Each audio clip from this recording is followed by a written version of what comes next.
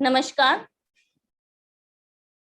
आज ज्ञानदूत कार्यक्रम में हम जीएलसी बीकानेर लॉ कॉलेज आपका हार्दिक स्वागत एवं अभिनंदन करते हैं। ज्ञानदूत कार्यक्रम जो विद्यार्थियों की हित के लिए, उनको शिक्षा प्रदान करने के लिए इस पेंडेमिक सिचुएशन में उनको कैसे घर बैठे ऑनलाइन शिक्षा प्रदान की जाए उसके लिए है। तो हमारे साथ में आज अंबेडकर लॉ यूनिवर्सिटी के कुलपति महोदय जुड़ चुके हैं, जिनका हार्दिक स्वागत एवं अभिनंदन है। सर नमस्कार, आपका हार्दिक स्वागत एवं अभिनंदन है ज्ञानदूत कार्यक्रम में।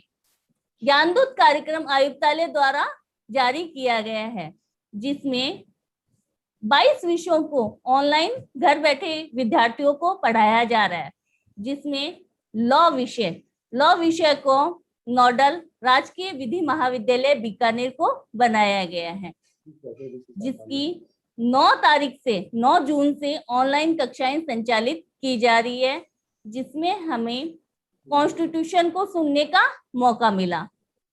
मैं डॉक्टर भगवानाराम विश्नोई सर प्राचार्य महोदय को इनवाइट करती हूँ कि सर आप वीसी साहब का स्वागत भाषण दे। सर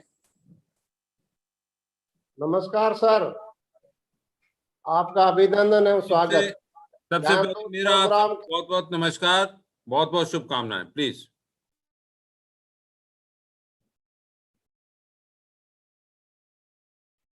विश्नोई साहब अनम्यूट करिए। हाँ, माइक अनम्यूट कीजिए सर। अनम्यूट आपने कर दिया, वो छेड़ो मत। ज्ञानदूत प्रोग्राम के इस सेशन में हमारे उत्साहवर्धन के लिए हमारे बीच में उपस्थित डॉक्टर भीमराव अंबेडकर विधि विश्वविद्यालय जयपुर के माननीय कुलपति महोदय डॉक्टर देव स्वरूप जी का मैं हार्दिक अभिनंदन करता हूँ, स्वागत करता हूँ। सर ने अपनी अति व्यस्ततम कार्यक्रम और दिनचर्या में से हमारे विद्यार्थियों के लिए आज समय निकाला है।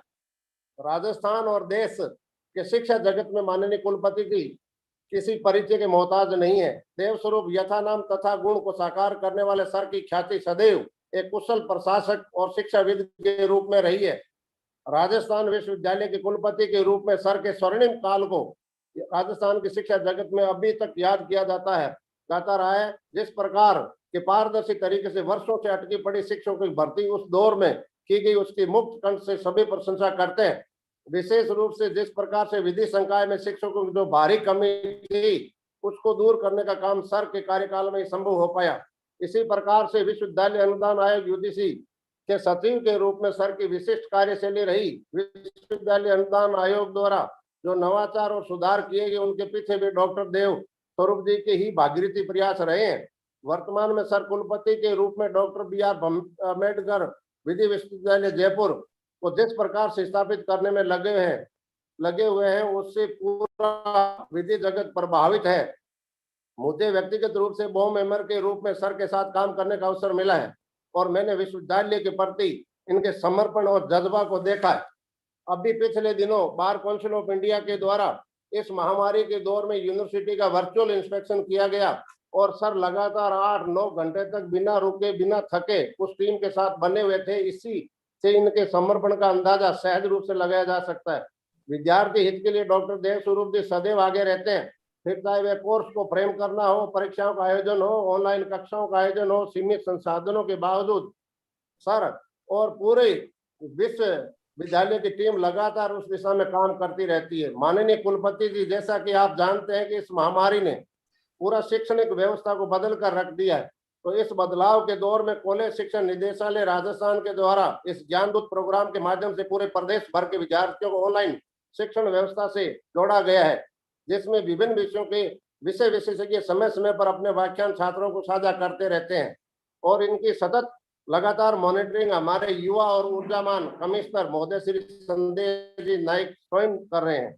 विधि विषय की क्लासेज के संचालन का जिम्मा राजकीय विधि महाविद्यालय बीकानेर को दिया गया है, जो कि हमारे लिए बड़े सौभाग्य की बात है।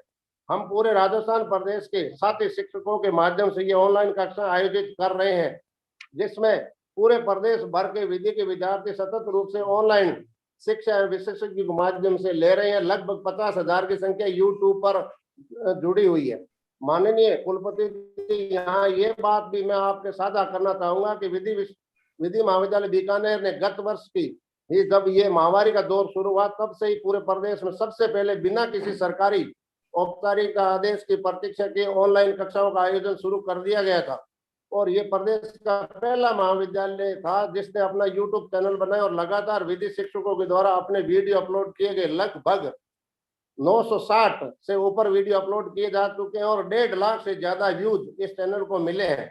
ये एक बहुत बड़ी उपलब्धि रही है और हम लगातार सतत रूप से आज भी हमारे विद्यार्थियों के साथ संपर्क बनाए हुए हैं।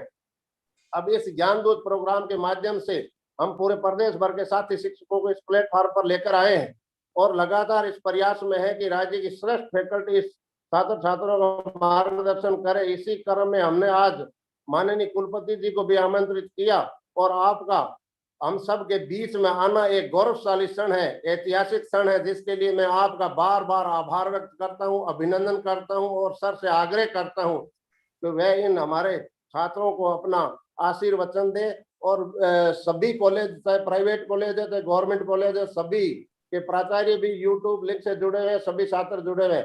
आदरणीय कुलपति महोदय, सबसे पहले आप सबको बहुत बहुत सादर नमस्कार, बहुत बहुत शुभकामनाएं। आज के इस कार्यक्रम में मुझे आमंत्रित करने के लिए बिश्नोई साहब का विशेष धन्यवाद।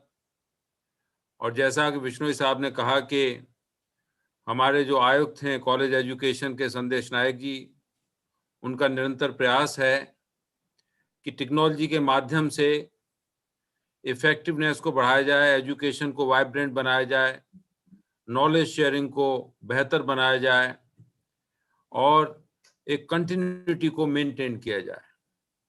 हम सब लोग जानते हैं कि हालात बहुत विषम हैं। इस सब के बावजूद भी ह्यूमन नेचर है कि कुछ न कुछ करने की और रास्ता तलाशने की। तो टेक्नोलॉजी के माध्यम से कुछ नए रास्ते तलाशे गए हैं और उसी के तहत आज हम वर्चुअली एक दूसरे से कनेक्ट हो पा रहे हैं।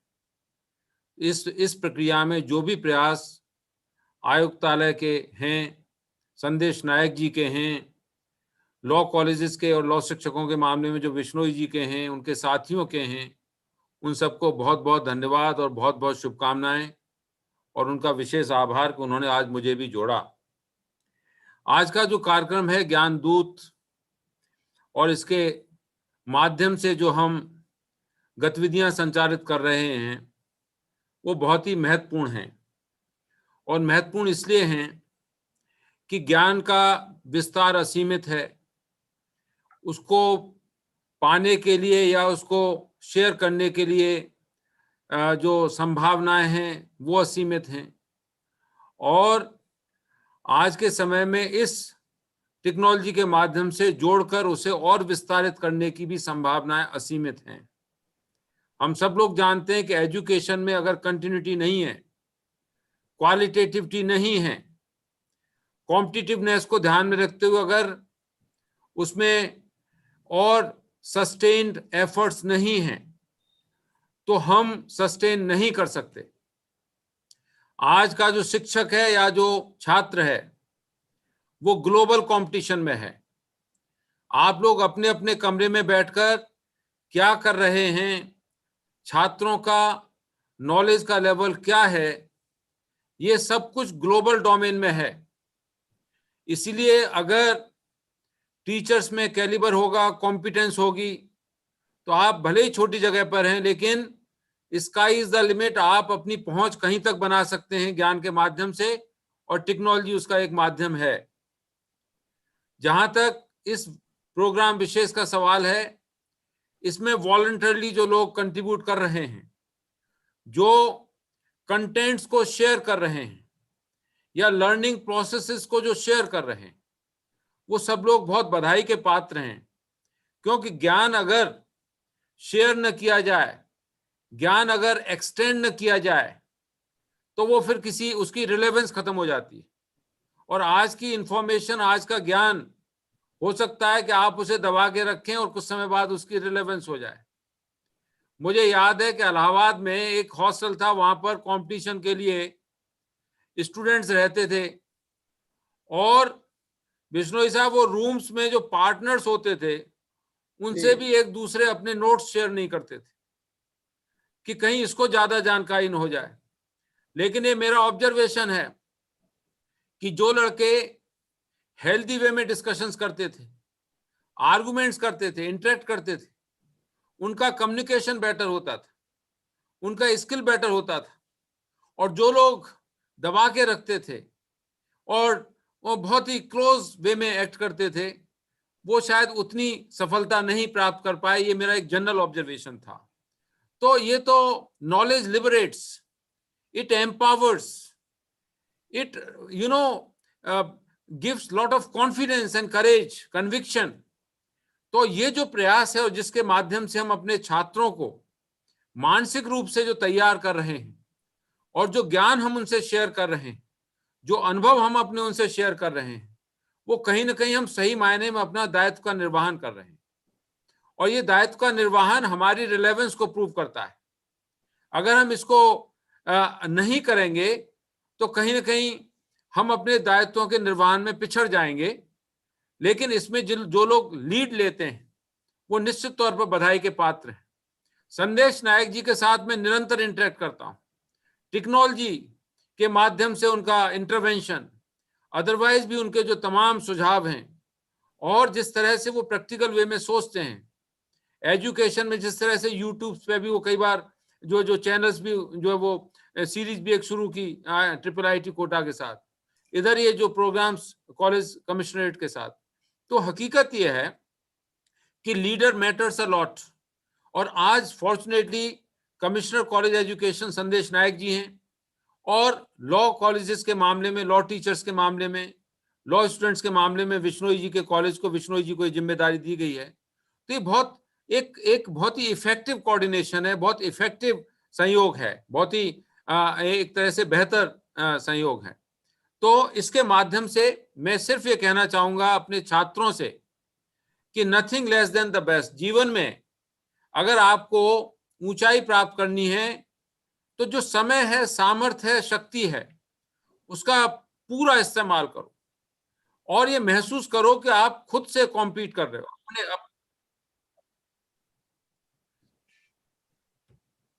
अपने आप से कॉम्पीट कर रहे हो और निरंतरता ही सक्सेस है। कई बार असफलताएं भी मिलती हैं, कई बार आपको ऐसी सिचुएशंस भी फेस करनी पड़ती हैं जहां लगता है कि यार शायद हम उतना नहीं इम्पैक्ट क्रिएट कर पाए जो होना चाहिए था। बट नो इशू, एक नहीं, ये जीवन और इसकी निरंतरता आपको अनगिनत मौके देती है जहां आप अपनी सामर्थ्य को, अपने ज्ञान को, अपने कमांड को, अपनी कॉम्पिटेंस को सिद्ध कर सकें। इसके लिए जो छात्र हैं उनसे मेरा एक निवेदन यह है कि अपने कम्युनिकेशन स्किल्स पर ध्यान दें, सॉफ्ट स्किल्स पर ध्यान दें। लैंग्वेज लैब्स हमने राजस्थान, बिश्नोई साहब ने कहा, हमने राजस्थान यूनिवर्सिटी में लैंग्वेज लैब्स भी शुरू कराए थे कि जिससे कि बच्चों में जो हेजिटेशंस हैं वो खत्म हो, उनकी कॉन्फिडेंस बिल्डिंग हो और इनोवेटिवनेस आए। उनमें जो कॉम्प्लेक्सेस आ जाते हैं वो कॉम्प्लेक्सेस ना आए। तो इस मामले में जो टीचर्स हैं हमारे, और खासकर लॉ प्रोफेशन तो ऐसा लीगल एजुकेशन का, जिसमें अगर बच्चे में कोई कॉम्प्लेक्स रहा और अगर हेजिटेशन रहा और अगर वो जानकर भी किसी चीज को प्रस्तुत नहीं कर सका, तो ये लीगल एजुकेशन का फील्ड नहीं है। लीगल एजुकेशन उसको एम्पावर नहीं कर पा रही है। इसलिए एज ए टीचर, टीचर्स अपने आप को इंप्रूव करें, कंटिन्यूअसली इंप्रूव करें। उसके लिए जितने भी ओरिएंटेशन प्रोग्राम्स होते हैं टीचर्स के लिए, उनको अटेंड करें, ऑनलाइन अटेंड करें या ऑफलाइन अटेंड करें।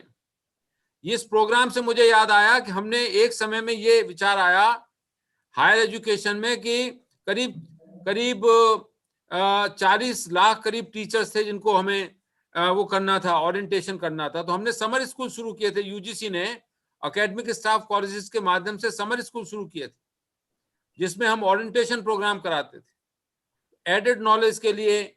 उसके बाद नेशनल रिसोर्स सेंटर्स बने जिन्होंने online program Pandit Madan Mohan Malviya teacher training mission के तहत कराए। टीचर्स की कैपेबिलिटी इस बात में है कि जो भी रिसोर्सेज हो सकते हैं उन रिसोर्सेज को एक्सप्लोर करके वो अपने आप को अपडेट करें, अपने आप को इन्वॉल्व करके रखें। अगर मान लो टीचर की कंटिन्यूटी ब्रेक हो गई तो समझिए कि उसका जो असर है एज ए टीचर वो कहीं ना कहीं कम हो गया। छात्र 1 सेकंड में जान जाते हैं कि टीचर का कैलिबर कितना है। इसलिए अपने लिए, छात्रों के लिए, छात्रों के भविष्य के लिए, प्रदेश और देश के भविष्य के लिए ये बहुत जरूरी है कि हम शिक्षक के रूप में अपने दायित्वों का पूरा निर्वहन करें। छात्रों को हम बेटर इंफॉर्मेशन दें, छात्रों को हम प्रॉपर नॉलेज दें। आज पूरे देश में लगभग 1000 विश्वविद्यालय हैं और 42,000 से ज्यादा कॉलेज हो गए। करोड़ों की तादाद में छात्र हैं और लाखों की तादाद में शिक्षक हैं। और इस टेक्नोलॉजी के माध्यम से सबको सबका पता है कि कौन कहां पर कितने पानी में है। तो अपने पानी की तादाद बढ़ाइए, अपने आप को और अच्छा तैराक बनाइए, अपने आप को और कॉम्पिटेंट बनाइए। कोई टाइम पास नहीं होता। आप लोग ऐसे फील्ड में हैं, एजुकेशन का फील्ड, एकेडमिक एडमिनिस्ट्रेशन का फील्ड ऐसा है जिसमें कोई रेडीमेड सब्सक्रिप्शन नहीं होता है। Every occasion is an opportunity to learn and to perform. So आज के इस मौके पर मैं सिर्फ यही कहना चाहूंगा, क्योंकि मुझसे तो बिश्नोई साहब ने कहा कि साहब आपको हमारे छात्रों के साथ, शिक्षकों के साथ इंटरेक्ट करना है, तो मैं सबको बहुत शुभकामनाएं दूंगा। और मैं ये कहूंगा कि एक शेर सुन लीजिए। बिश्नोई साहब एक शेर सुना देता हूं, मैंने शेर सुना था किसी से, और शेर है कि परों को खोल जमाना उड़ान देखता है।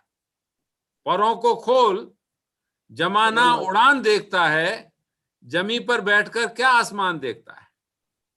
और मिला है हुनर तो इस हुनर की हिफाजत कर, संभल कर चल तुझे सारा जहान देखता है।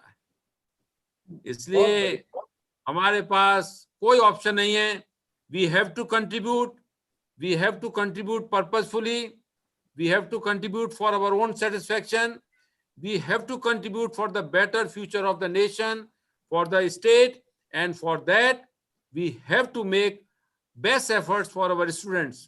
With this, I once again compliment, once again thank to organizers, wishing all the teachers and great wishes and blessings to all the students. Look forward, हम लोग अब निरंतर रूप से मिलते रहेंगे और कोशिश है कि राज्य सरकार ने ये जो विश्वविद्यालय बनाया है, डॉक्टर भीमराव अंबेडकर विधि विश्वविद्यालय, इसके माध्यम से जो मुख्यमंत्री जी की बहुत बड़ी इच्छा है कि विधि शिक्षा के क्षेत्र में हमारे प्रदेश में बहुत गुणात्मक उसकी आवश्यकता है, क्वालिटेटिव इंप्रूवमेंट की जरूरत है। और उसके लिए हम प्रयासरत हैं सब लोग कि quality in legal education ensure हो। उसके लिए सबकी कंटिन्यूटी चाहिए, सबका कंट्रीब्यूशन चाहिए, और हम लोग एक टीम है, टीम की तरह काम करेंगे। आज के इस अवसर पर मेरी बहुत बहुत शुभकामनाएं। Thank you very much. नमस्कार। Thank you sir, thank you sir, thank you, thank you sir. आपको हम भरोसा दिलाते हैं सर कि हमारा जो हुनर है उसे हम और बढ़ाने का प्रयत्न करेंगे sir. Thank you sir, thank you so much sir. Thank you. Meenakshi madam को कहो धन्यवाद।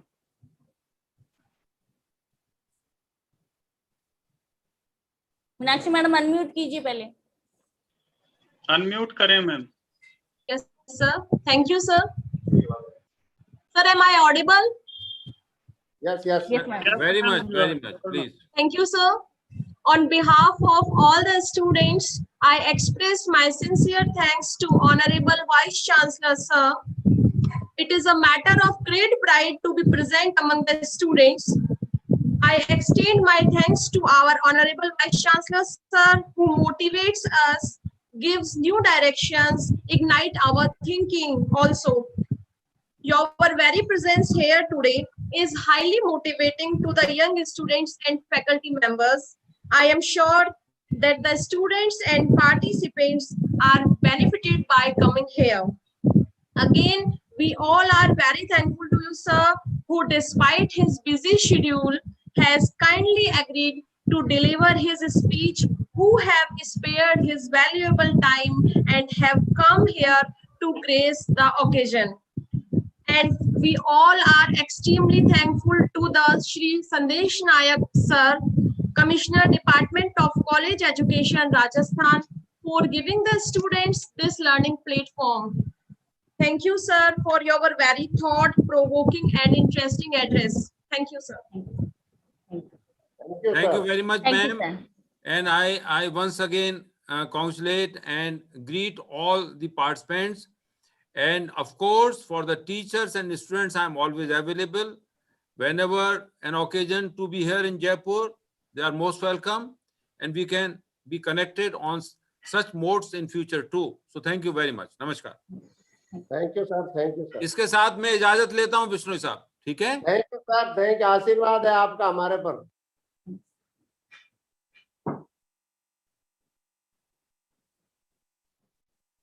नेक्स्ट हम कार्यक्रम को ज्ञानदूत कार्यक्रम को आगे बढ़ाते हुए आज हम हमारे प्राचार्य महोदय डॉक्टर भगवानानंद बिश्नोई सर, जो कि हमें ट्रांसफर ऑफ प्रॉपर्टी संपत्ति अंतरण अधिनियम में परिभाषा, डेफिनेशन और एसेंशियल एलिमेंट्स हैं वो पढ़ाएंगे।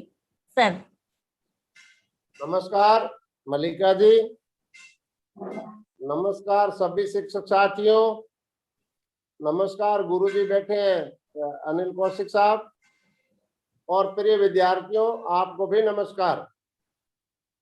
आज मैं जो है ट्रांसफर ऑफ प्रॉपर्टी एक्ट के बारे में आपसे बात करूंगा। ट्रांसफर ऑफ प्रॉपर्टी एक्ट 1872, संपत्ति अंतरण अधिनियम 1872। तो प्रश्न लिखिए, संपत्ति हस्तांतरण से क्या अभिप्राय है? What do you mean by transfer of property? तो सेक्शन 5 टीपी एक्ट इसको डिफाइन करता है कि प्रॉपर्टी जो है, यहाँ मैं ये पहले स्पष्ट कर दूं कि यहाँ पर चल संपत्ति, मूवेबल प्रॉपर्टी भी है, इमूवेबल प्रॉपर्टी भी है, मूर्त भी है, अमूर्त भी है और इंटेलेक्चुअल प्रॉपर्टी भी है। यहाँ पर विशेष जोर टीपी एक्ट जो है वो इमूवेबल प्रॉपर्टी, अचल संपत्ति के जो ट्रांसफर करते हैं तो उसके सामान्य सिद्धांत, जनरल प्रिंसिपल जो होते हैं वो टीपी एक्ट के लागू होते हैं। तो ये जो सेक्शन 5 है ये कह रहा है कि जीवित व्यक्ति के द्वारा ही दूसरे जीवित व्यक्ति को ही संपत्ति का अंतरण किया जा सकता है। तो इसकी परिभाषा यह है, कोई जीवित व्यक्ति जिसके पास में इमूवेबल प्रॉपर्टी है, अचल संपत्ति है, एनी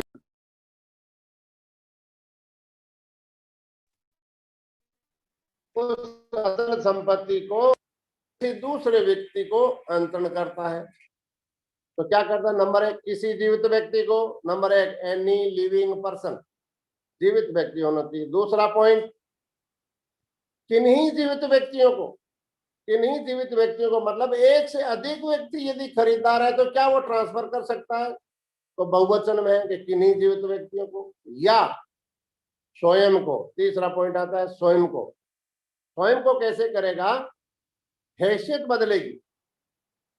जैसे मान लीजिए मेरे पास मेरा घर है, या मान लीजिए मेरे पास में एक जमीन है 100 बीघा, और मैं जयपुर रोड पर मैं 5 आदमियों ने मिल करके एक कोई प्रॉपर्टी ढूंढ रहे हैं, तो मैं कहता हूं कि मेरे पास 100 बीघा जमीन पड़ी है, वो ले लो। तो मेरे 4 साथी ये कह सकते हैं कि गुरुजी ये तो आपके नाम है, कंपनी के नाम करो। तो वहां, यहाँ तो मैं एब्सोल्यूट ओनरशिप है मेरे में, और वहां मैं जो एक पार्टनर हूँ, शेयर होल्डर हूँ, अंशधारी हूँ। तो हैसियत बदलती है।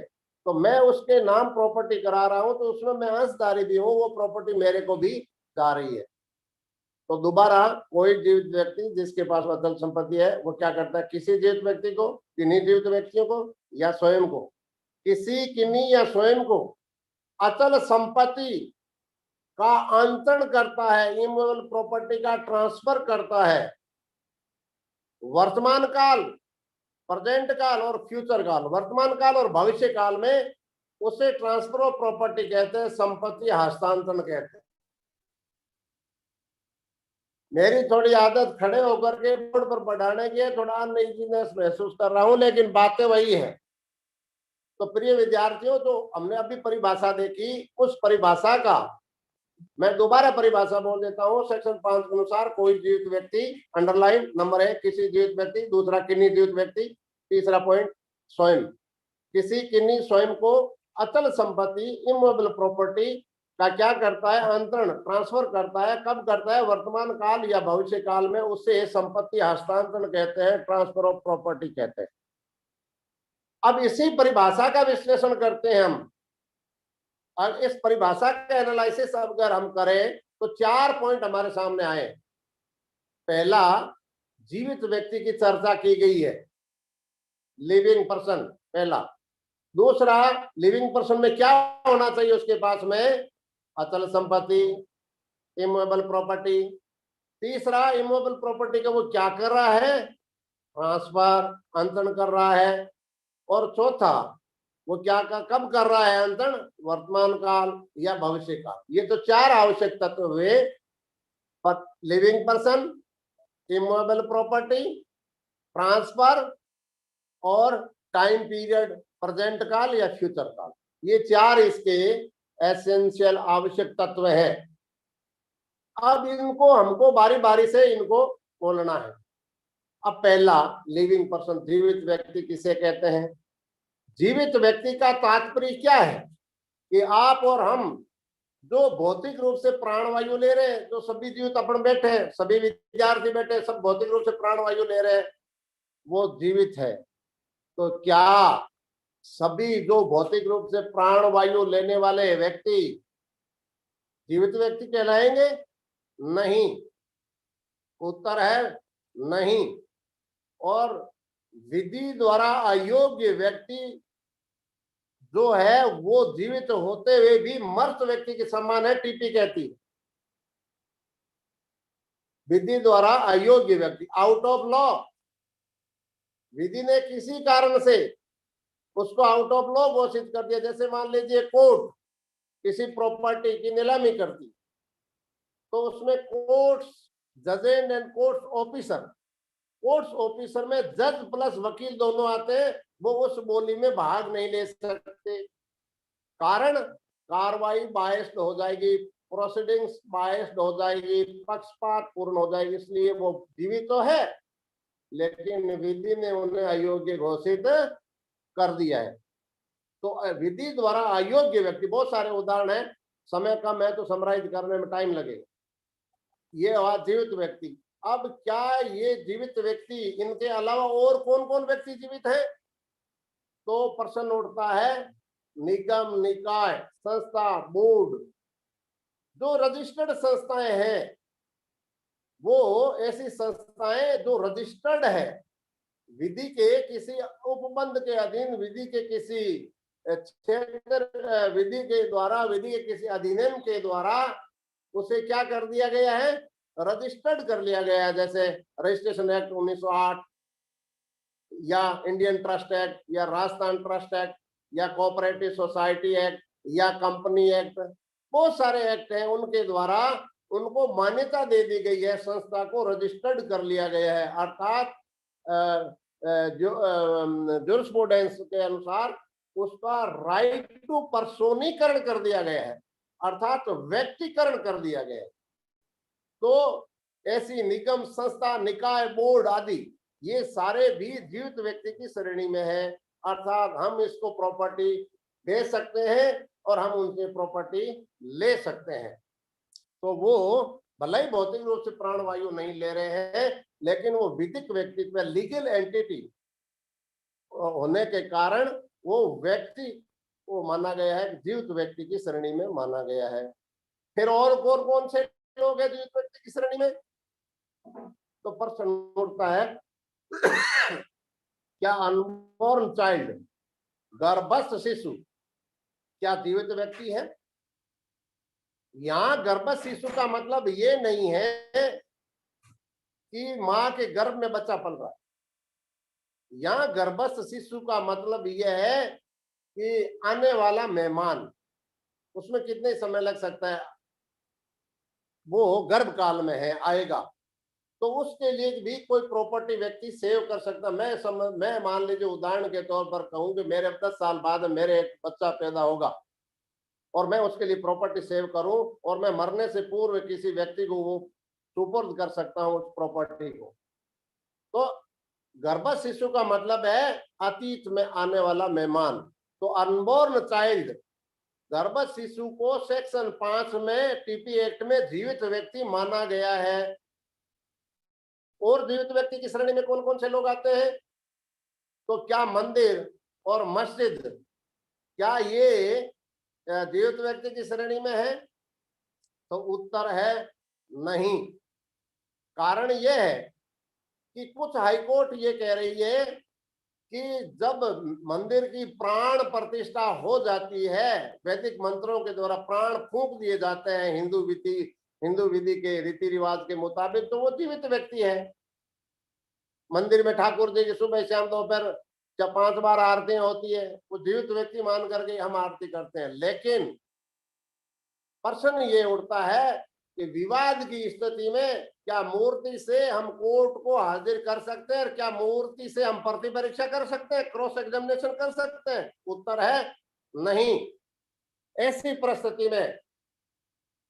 परिस्थिति में आपको ये लिखना है कि मंदिर और मस्जिद या मंदिर की मूर्ति जीवित व्यक्ति श्रेणी में नहीं आएगी, लेकिन उसकी चैरिटेबल ट्रस्ट जो होती है, चैरिटेबल ट्रस्ट में वो रजिस्टर्ड होती है और एक संस्था होती है, तो वो जीवित व्यक्ति मानी जाएगी, न कि मस्जिद और न कि मूर्ति। तो ये हुआ जीवित व्यक्ति। दूसरा पॉइंट आया अपना इमूवेबल प्रॉपर्टी, अचल संपत्ति। अचल संपत्ति की परिभाषा सेक्शन 3 टीपी एक्ट में दी गई है। नेगेटिव सेंस में, नकारात्मक सेंस में क्या कहा गया है? Standing timbers and grass are not immovable property. सूखी हुई घास और सूखे हुए पेड़, खड़े पेड़, ये अचल संपत्ति नहीं है। तो प्रश्न उठता है, क्या बाकी सब अचल संपत्ति है? उत्तर है नहीं। जहां एक्ट खामोश हो जाता है, जहां एक्ट नकारात्मक परिभाषा देता है, ऐसी परिस्थिति में ये भार लो टीचर्स पर और लो स्टूडेंट पर होता है कि वे अन्य उसकी परिभाषा को सर्च करें। जैसे हमारी बॉडी है, इस बॉडी की एनाटॉमी के बारे में मेडिकल डिक्शनरी होती है कि इस बॉडी के पार्ट्स के सब नाम होते हैं, ठीक वैसे ही विधि में यदि किसी शब्द की परिभाषा यदि नहीं दी गई है, नकारात्मक दी गई है, तो हम दूसरी जगह उसको सर्च करते हैं। तो कहाँ करेंगे? रजिस्ट्रेशन एक्ट 1908 में उसकी धारा 3 है, उसमें भी दिया गया है कि हम जाएंगे रजिस्ट्रेशन एक्ट में, रजिस्टर्ड करो, तो एक सूची है लंबी चौड़ी। तो रजिस्ट्रेशन एक्ट 1908 की धारा 3, और एक होता है जनरल क्लोजेज एक्ट, सामान्य खंड अधिनियम।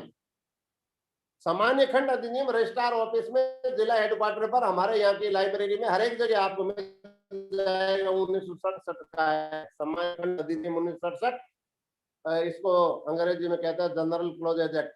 उसकी भी धारा 3 के क्लोज 25 में ऐसी नाम बहुत लंबी थोड़ी सूची दी गई है।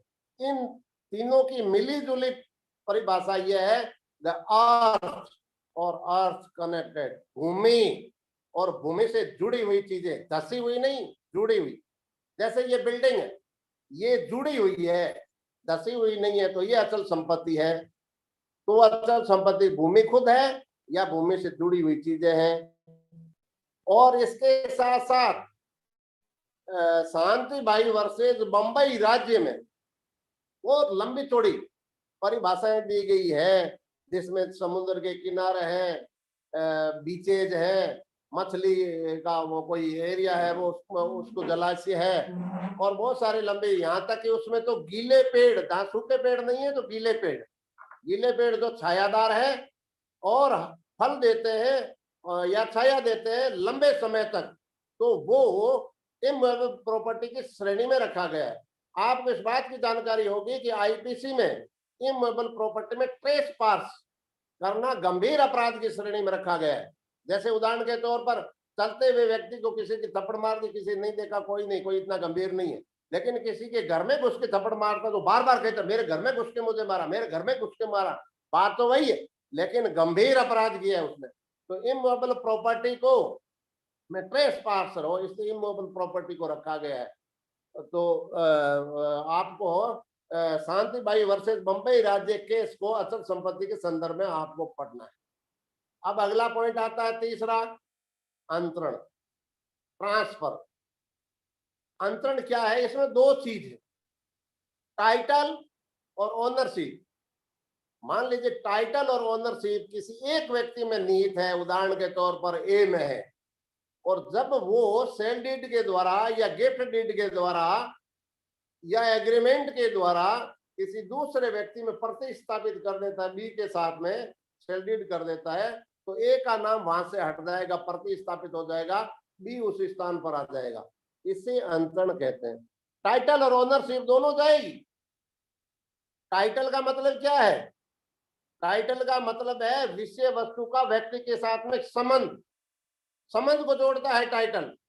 जैसे उदाहरण के तौर पर बीकानेर स्टेशन के सामने जो है हीरालाल मॉल है, उसमें 200 दुकान है, डॉक्टर भगवानाराम की 27 नंबर दुकान है, तो टाइटल क्या हुआ? हीरालाल का मॉल में जो संपत्ति है 27 नंबर दुकान, दूसरा माला में उसका ओनर कौन है? भगवानाराम। तो टाइटल और ओनरशिप दोनों ही डॉक्टर भगवानाराम में है, वो टाइटल और ओनरशिप दूसरे में प्रतिस्थापित कर देते हैं, उससे कहते हैं ट्रांसफर, उसे कहते हैं अंतरण। आवाज आ रही मेरी? Yes hello? Sir, yes sir, आ रही है सर। आ रही है सर। क्योंकि अंधेरा हो गया, इस पे अधिक पूछ नहीं रहे आप लोग, तो मैंने कहा क्या हुआ। ठीक है, इसके बाद में आता है कि अंतरण कब किया जाए। चौथा पॉइंट आता है अंतरण कब किया जाए, वर्तमान काल और भविष्य काल। अंतरण अभी वर्तमान प्रेजेंट काल में ए बी को कर सकता है। यदि कोई भविष्यकालिक अंतरण करता है, जैसे अनबोर्न चाइल्ड के पक्ष में कोई अंतरण करना चाहता है, तो हम पढ़ेंगे section 13 TP act, section 14 TP act में कि रूल अगेंस्ट परपेचुइटी और रूल अगेंस्ट डबल पॉसिबिलिटी, उसमें पढ़ेंगे। अगर आप वर्तमान में यदि अंतरण कर रहे हैं, तो अचल संपत्ति का आप क्या कर सकते हैं? सेल डीड के द्वारा, गिफ्ट डीड के द्वारा और कब्जा दे करके आपका अंतरण कंप्लीट हो जाएगा। लेकिन भविष्यकालिक अंतरण कर रहे हैं, तो पहले किसी को आजीवन हित देना पड़ेगा, पहले किसी को लाइफ टाइम जो है उसको देना पड़ेगा इंटरेस्ट, और फिर जो भविष्य में जो जिसके पक्ष में डॉक्यूमेंट्स एग्जीक्यूट किए गए हैं उनको जो है वो सुपुर्द करेगा। ये बात हम पढ़ेंगे सेक्शन 13 और 14 में। आप अंतरण कैसे हो सकता है, वर्तमान काल या भविष्य काल। इसमें एक जुगल कॉटन रो मिल्स केस है 1962 का। किसी भाई ने कह दिया कि सेक्शन 5 में तो कहा गया है अंतरण वर्तमान होता है, भविष्य में होता है, मैं तेरे को भविष्य काल के लिए संपत्ति का अंतरण करता हूं और ये डॉक्यूमेंट्स एग्जीक्यूट कर देता है, तो क्या ये अंतरण वैलिड है? नहीं। जिस दिन जिस दस्तावेज का वो व्यक्ति लिखा पढ़ी कर रहा है, एग्जीक्यूट कर रहा है, निष्पादन कर रहा है, उस दिन उस प्रॉपर्टी, जिस प्रॉपर्टी को दस्तावेज लिख रहा है, उसी दिन वो प्रॉपर्टी एग्जिस्टेंस में होनी चाहिए, अस्तित्व में होनी चाहिए। भविष्य में संपत्ति प्राप्त होगी और मैं आज कागज लिख रहा हूं, तो धूड़ में लठ मारने वाली बातें हैं विद्यार्थियों। जिस दिन आपके पास में प्रॉपर्टी है, आपके पास मालिकाना हक है, ओनरशिप है, टाइटल है, तो आप वर्तमान में कर सकते हैं। और भविष्य काल के लिए अगर आप कर रहे हैं, किसी को एग्जीक्यूट कर रहे हैं, भविष्य में प्रॉपर्टी प्राप्त हो जाए, तो सुप्रीम कोर्ट ने कहा प्रॉपर्टी से नहीं है अंतरण, वर्तमान और भविष्य काल शब्द जो है वो अंतरण से है, न कि प्रॉपर्टी से। प्रॉपर्टी का अस्तित्व उसी दिन होना आवश्यक है जिस दिन वो दस्तावेजों का निष्पादन कर रहा है। दस्तावेजों को वो लिख सेल डीड लिख रहा है, तो उस दिन उसके पास में उस प्रॉपर्टी का एग्जिस्टेंस होना अति आवश्यक है। तो ये उसके 4 आपके आवश्यक तत्व है। दोबारा बोल रहा हूँ, लिविंग पर्सन, जीवित व्यक्ति किसे कहते हैं, दूसरा अचल संपत्ति किसे कहते हैं, इसमें शॉर्ट नोट भी आता है, नोट कर लेना, और क्या नाम है, शांतिबाई वर्सेस बम्बई राज्य केस को गहराई से पढ़ लेना। और जो जिन एक्ट का मैंने प्रावधान बताया, ये एक्ट है तो 3-4 एक्ट है, उनको आप देखें। और फिर तीसरा आया अंतरण, ट्रांसफर। ट्रांसफर टाइटल और ओनरशिप होती है दूसरे व्यक्ति में, जब मेरे में स्थापित हो, जब दूसरे व्यक्ति में स्थापित हो जाती है। मीन्स क्या होगा, सेल डीड या गिफ्ट डीड या अन्य मीन्स हो सकते हैं, उसके माध्यम से प्रतिस्थापित हो जाता है। और फिर है अंतरण वर्तमान काल या भविष्य काल। तो इस तरीके से अंतरण से है संबंध वर्तमान और भविष्य काल, न कि संपत्ति से। माननीय सुप्रीम कोर्ट ने कहा संपत्ति का अस्तित्व होना अति आवश्यक है। तो विद्यार्थियों, आपके पसंद आया होगा निश्चित रूप से। कम समय था और आधे घंटे में इतने होता है। अगला पीरियड इसमें और ज्यादा कुछ खड़ा होकर के पढ़ाने की आदत है, तो माफी चाहता हूँ। जैसी भी स्थिति है आपको समझ में जरूर आया होगा। Thank you ma'am. धन्यवाद सर। धन्यवाद प्रिंसिपल सर। आपने ट्रांसफर ऑफ प्रॉपर्टी एक्ट के परिभाषा खंड और उसके एलिमेंट्स को हमारे स्टूडेंट्स को काफी विस्तारित तरीके से और श्रेष्ठ तरीके से बताया। इसके लिए स्टूडेंट्स की तरफ से आपका बहुत बहुत आभार सर। आज आपने अपने लेक्चर में लिविंग पर्सन, अनबॉर्न चाइल्ड, इसके अलावा इमूवेबल प्रॉपर्टी और ट्रांसफर के बारे में कुछ केस लॉज के साथ में समझाया। बच्चों को काफी अच्छे से समझ में आया सर। अगले लेक्चर में आपका फिर बच्चे काफी उत्साह से वेट करेंगे sir. Thank you so much sir. Thank you sir. अब मैं हमारे कोऑर्डिनेटर मैम मल्लिका परवीन मैम को इनवाइट करना चाहूंगी। मैम, आज मैम का सीपीसी पर लेक्चर है जिसका टॉपिक है introduction of CPC and section 2। Students काफी उत्साह से इंतजार कर रहे हैं। मैम, आप अपना लेक्चर स्टार्ट करें। Thank you ma'am. Thank you ma'am. नमस्कार। आज सिविल प्रक्रिया संहिता में अपन सिविल प्रक्रिया संहिता देखते हैं। एलएलबी फाइनल ईयर का सब्जेक्ट है सिविल प्रक्रिया संहिता।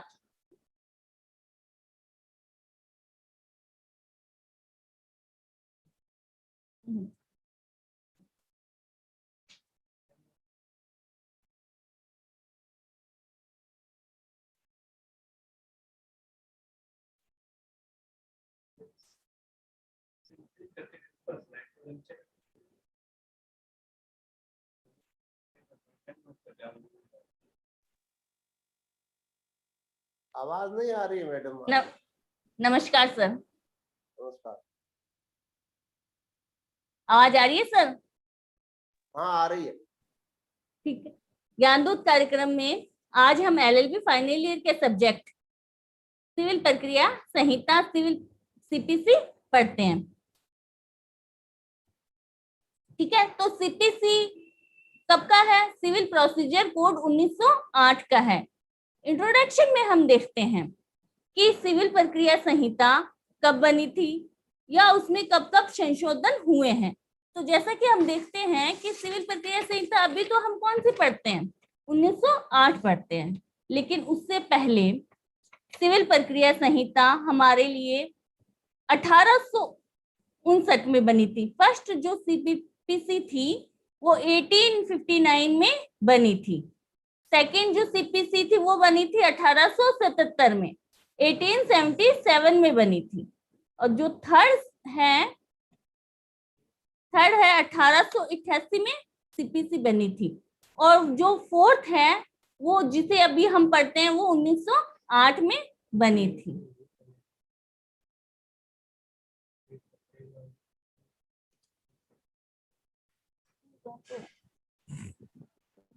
हाँ मैम, आवाज आ रही है, आप कंटिन्यू रखें।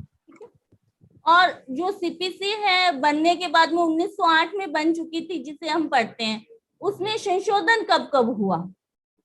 संशोधन हुआ उसमें 1956 में हुआ फर्स्ट संशोधन। सेकंड संशोधन है 1976 में हुआ। थर्ड संशोधन है 1999 में हुआ। और फोर्थ जो संशोधन है वो हुआ 2002 में। यानी ये 4 संशोधन 1908 में बनने के बाद में 4 संशोधन हो चुके हैं।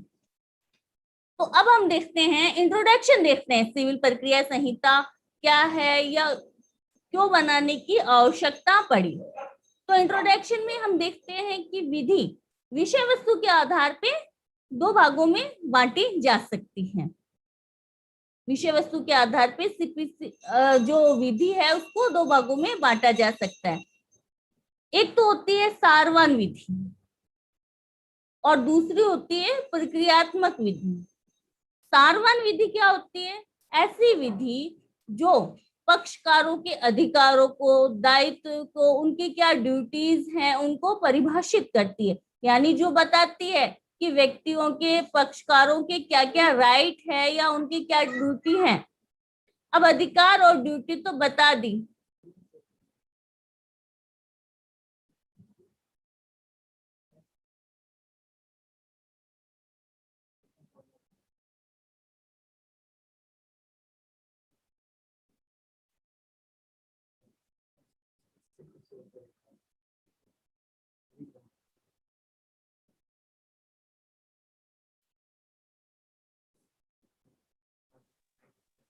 आवाज क्यों नहीं आ रही?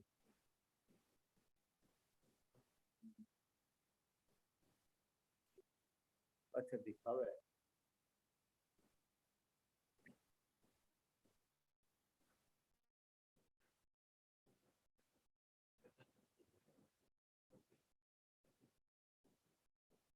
इंट्रोडक्शन में हम देखते हैं कि स्क्रीन शेयर किया ताकि आपको आसानी से समझ आ सके।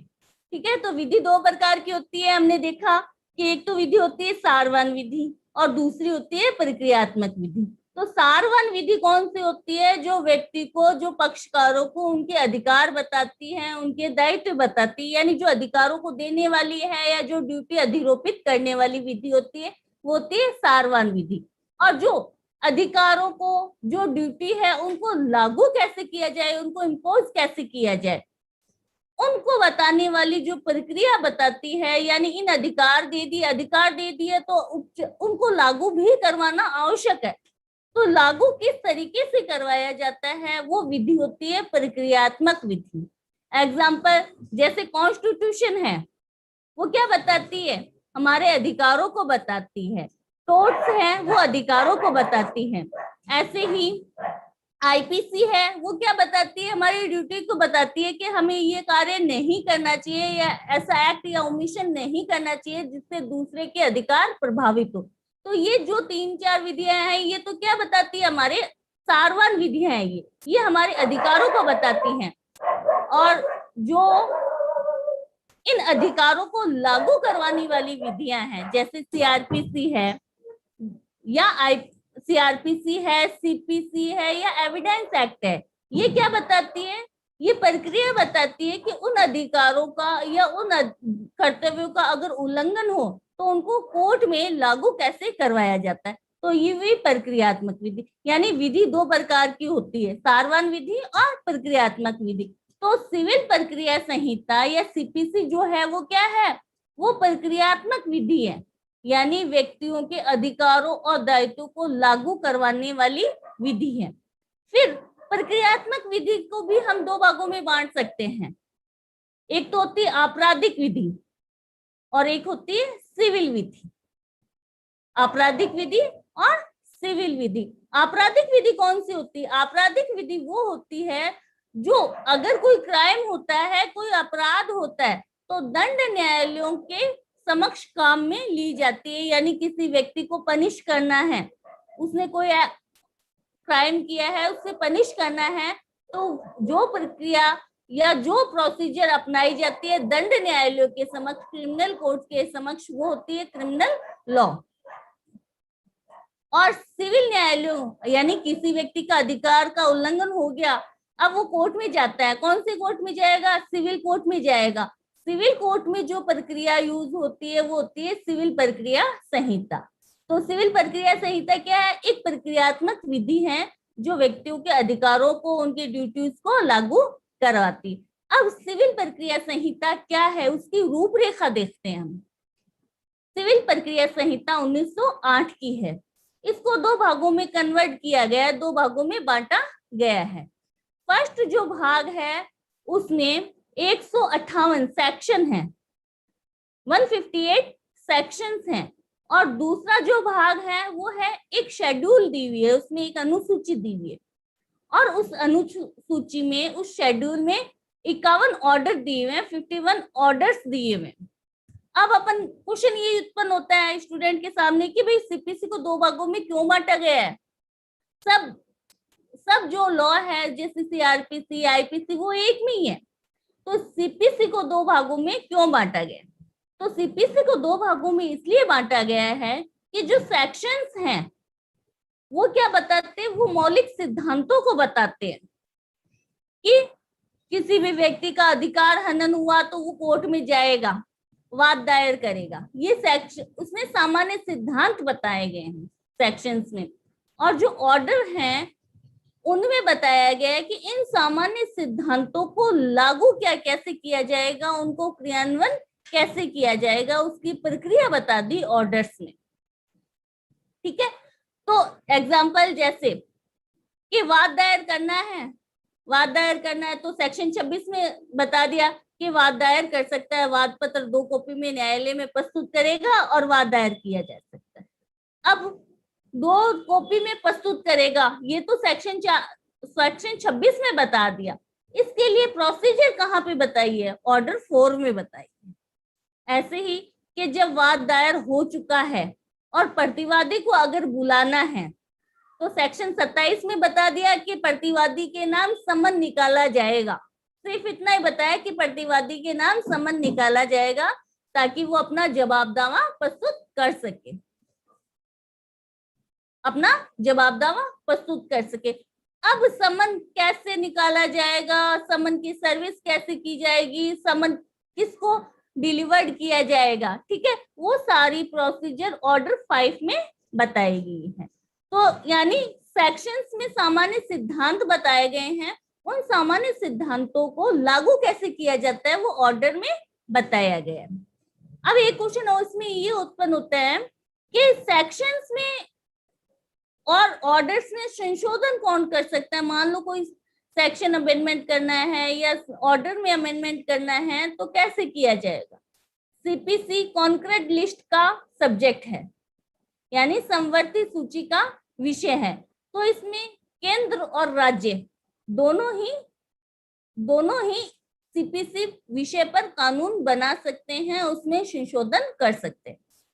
तो सिविल प्रक्रिया संहिता के जो 158 जो सेक्शन है उस पर, यानी उन 158 सेक्शन में किसी भी सेक्शन में संशोधन करना है, अमेंडमेंट करना है तो संसद कर सकती है या राज्य विधानमंडल कर सकता है, यानी दोनों ही इसमें अमेंडमेंट कर सकते हैं। लेकिन ऑर्डर्स में संशोधन कौन करेगा? और संशोधन राज्य की हाईकोर्ट करेगी।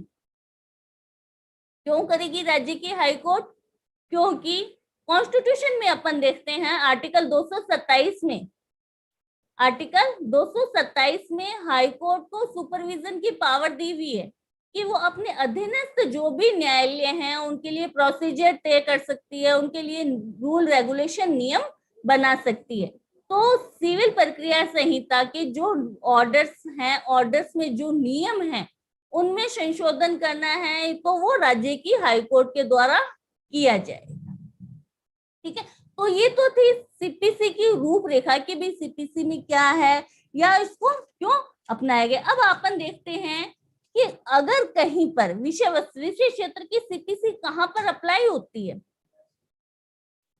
वैसे तो सेक्शन 1 में देखेंगे अपन सीपीसी कहाँ अप्लाई होती, लेकिन इसमें मैं यहाँ इंट्रोडक्शन में बता देना चाहती हूँ कि सीपीसी संपूर्ण भारत में लागू होती है सिवाय जम्मू कश्मीर, नागालैंड और जनजाति क्षेत्रों के।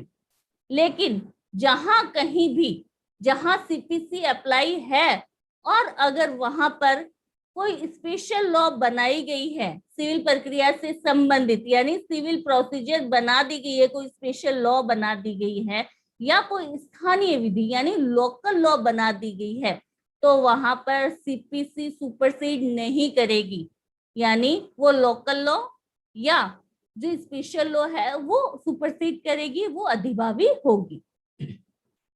नेक्स्ट इसमें आता है, अपने सामने क्वेश्चन उत्पन्न होता है, क्या सीपीसी बना दी गई है तो ये सर्वांगपूर्ण है क्या? यानी इसमें सारी समस्याओं का समाधान मिल जाता है क्या इसमें? तो जिन विषयों के बारे में सीपीसी में बता दिया गया है वहां तक तो सीपीसी सर्वांगपूर्ण है, यानी अपने आप में पूर्ण है। लेकिन कोई भी विधि सर्वांगपूर्ण या पूरी नहीं हो सकती, क्योंकि समय परिस्थितियों के अनुसार प्रॉब्लम्स बढ़ती है, न्यायालय के सामने अलग अलग समस्याएं आती हैं। तो आज क्या समस्या आएगी या आगे आने वाले 5 सालों के बाद में क्या समस्या आएगी, उसका समाधान न्यायालय 1908 में नहीं कर सकता था, तो इन आने वाली समस्याओं के निराकरण के लिए सिविल प्रक्रिया संहिता के सेक्शन 151 में हाईकोर्ट को इनहेरेंट पावर, अंतर्निहित शक्तियां प्रदान कर दी गई है, ताकि अगर कोई प्रॉब्लम आए और उसका सॉल्यूशन सिविल प्रक्रिया संहिता 1908 में नहीं है, तो हाईकोर्ट अपनी इनहेरेंट पावर, अंतर्निहित शक्ति का यूज करके उस समस्या का समाधान कर सके। ठीक है, तो ये इंट्रोडक्शन में पढ़ते हैं। नेक्स्ट अपन देखते हैं कि अब सिविल प्रक्रिया संहिता पढ़ते हैं सेक्शन 1। सेक्शन 1 में बताया है कि इसका नाम क्या है, सिविल प्रोसीजर कोड है, सीपीसी है 1908। ये लागू कब हुई? ये 1 जनवरी 1909 से लागू हुई, 1 जनवरी 1909 से लागू हुई। इसका विस्तार कहाँ पर है, यानी सीपीसी कहाँ कहाँ पर लागू की गई है? तो वैसे तो सीपीसी संपूर्ण भारत पे है, सिवाय कहाँ नहीं है? जम्मू कश्मीर राज्य में, नागालैंड और जनजातीय क्षेत्रों में नहीं है, सीपीसी लागू नहीं है। किंतु नागालैंड और जो जनजातीय क्षेत्र है वहां की राज्य सरकार राजपत्र में अधिसूचना जारी करके सीपीसी के उपबंधों को सप्लीमेंट्री या कुछ अमेंडमेंट के साथ में उनको अपना सकती है, उन्हें लागू किया जा सकता है। अब सेक्शन 2 में बताया गया है, डेफिनेशन क्लोज है सेक्शन 2।